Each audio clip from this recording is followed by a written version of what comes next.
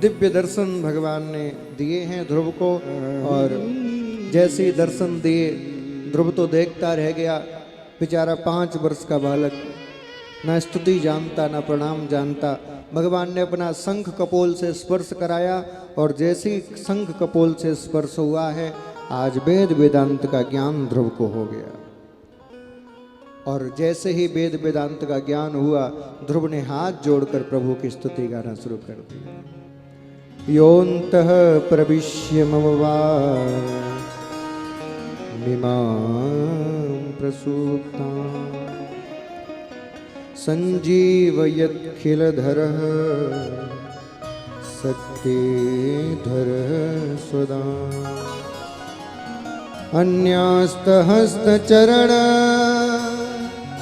श्रवण त्वगादि प्राणान्नमो भगवते पुरुषाय तुभ्यं प्राणान्नमो भगवते पुरुषाय तुभ्यं। दिव्य स्तुति गाई। और महाराज हो भी क्यों ना, मूकम करोति वाचालम पंगुम लंघ्यते गिरिम यत्कृपा तमहम वंदे परमानंद माधवम। उसकी कृपा हो जाए तो क्या नहीं हो सकता। गूंगा बोलने लग जाए, लंगड़ा पहाड़ चढ़ जाए, सब कृपा की बदौलत है।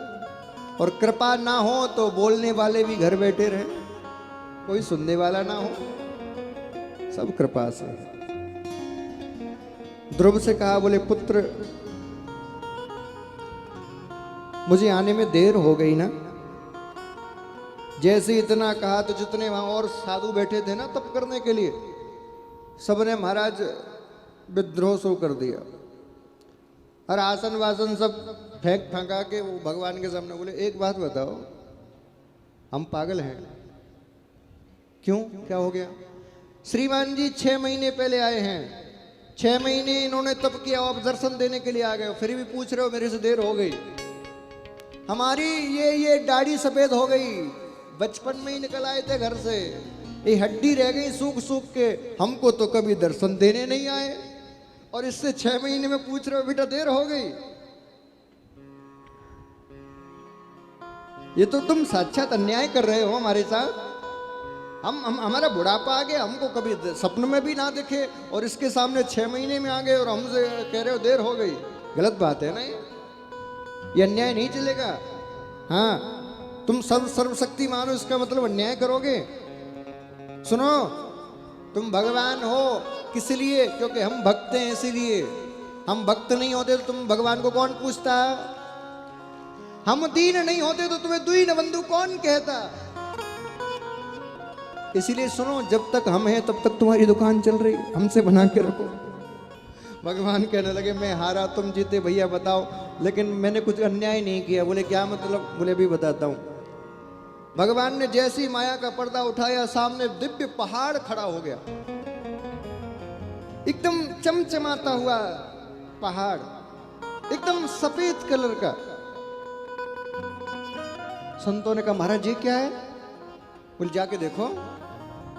जाके देखा तो पूरे पहाड़ में हड्डी हड्डी हड्डी हड्डी हड्डी हड्डी, और कुछ था ही नहीं। बोले महाराज ये तो हड्डियों का पहाड़ है। बोले हड्डियों का पहाड़ नहीं है। बोले तो? बोले ध्रुव की हड्डियों का पहाड़ है। बोले क्या मतलब? बोले ध्रुव 6 महीने से तप नहीं कर रहा था। जितना पहाड़ देख रहे हो ना, इतने शरीर ध्रुव लेके त्याग चुका है, तप करते करते करते करते करते करते। इसका आखिरी शरीर जब छूटा तब इसकी तपस्या में केवल 6 महीने शेष रह गए थे। इसीलिए मैं 6 महीने में इसके सामने प्रकट हो गया। ये मत सोचना कि 6 महीने में इसी जन्म में आ गया। अगले हजारों लाखों जन्मों की साधना के 6 महीने बच गए थे, इसीलिए आ गया। कई लोग कहते हैं ना, अरे महाराज वो 4 दिन का वो लड़का कथा करने आया और वो तो महाराज छा गया।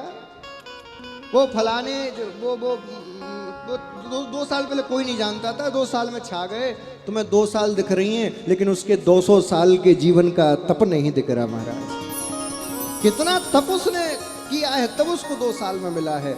यदि तुम्हारे करने से मिलता तो तुम्हें भी मिल जाता। इसलिए याद रखिए, जीवन में जब भी कुछ मिलता है, हमारे प्रारब्ध के द्वारा किए गए तप का ही फल मिलता है, तप का ही फल मिलता है। आज ध्रुव को हृदय से लगाया और कहा, बोले पुत्र मैं आशीर्वाद देता हूं, तेरी मृत्यु नहीं होगी, तू मृत्यु पर भी विजय प्राप्त करके और अपने लोकों में वास करेगा। मैं तेरे लिए एक नया लोक बना देता हूं। और ध्रुव जी के लिए भगवान ने एक नया लोक बना दिया, ध्रुव लोक। और ध्रुव लोक बना के ध्रुव से कहा, बोले अब आनंद के साथ यहां राज्य कर।